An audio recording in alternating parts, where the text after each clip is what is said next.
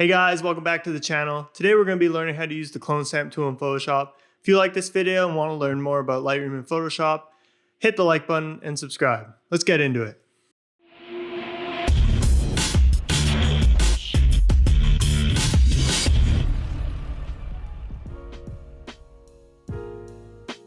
So here we are in Photoshop. What we're going to do to this image is remove the power poles, wires, and also the cars behind it, and it'll clean up the image a lot.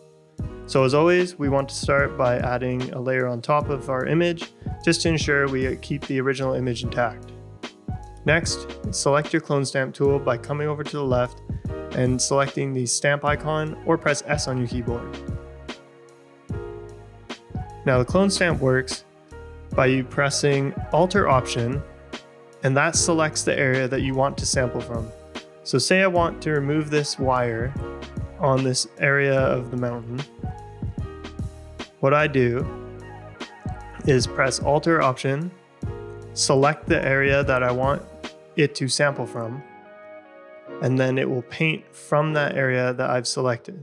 As well, if we want to remove, say, this line, which is probably a shadow from one of the poles, all you're going to do is press Option, select the area you want to sample from, and then you're going to paint out that line.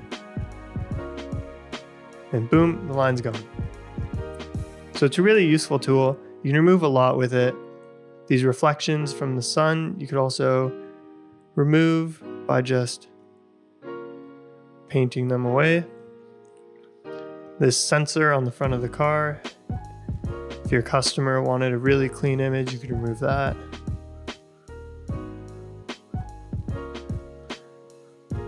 Remove this one too. Remove this light spot. You can do a lot with this tool. It's similar to the spot heal brush, but it has a lot of flexibility as you are actually in control of the area that is sampling from. Another useful thing with the spot heal brush is if you come to Window and select Clone Source, a dialog box will come up. This gives you some options like Show Overlay, which mine was already selected, but it'll show you what you're going to paste. Whereas if it's not clicked, you won't see a preview of what you're about to paint.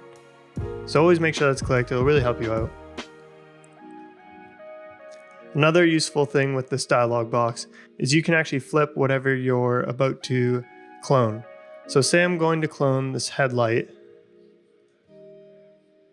Now I want it to flip the other way. You can actually flip horizontally and it'll flip that image. Or you can even flip vertically if you want. It's really useful, obviously not for this headlight because that would look weird. But if you need to flip something, say a car in the background, it's really useful and it has lots of flexibility. So I'm going to go ahead and remove everything else from this image, and I'll see you guys after that.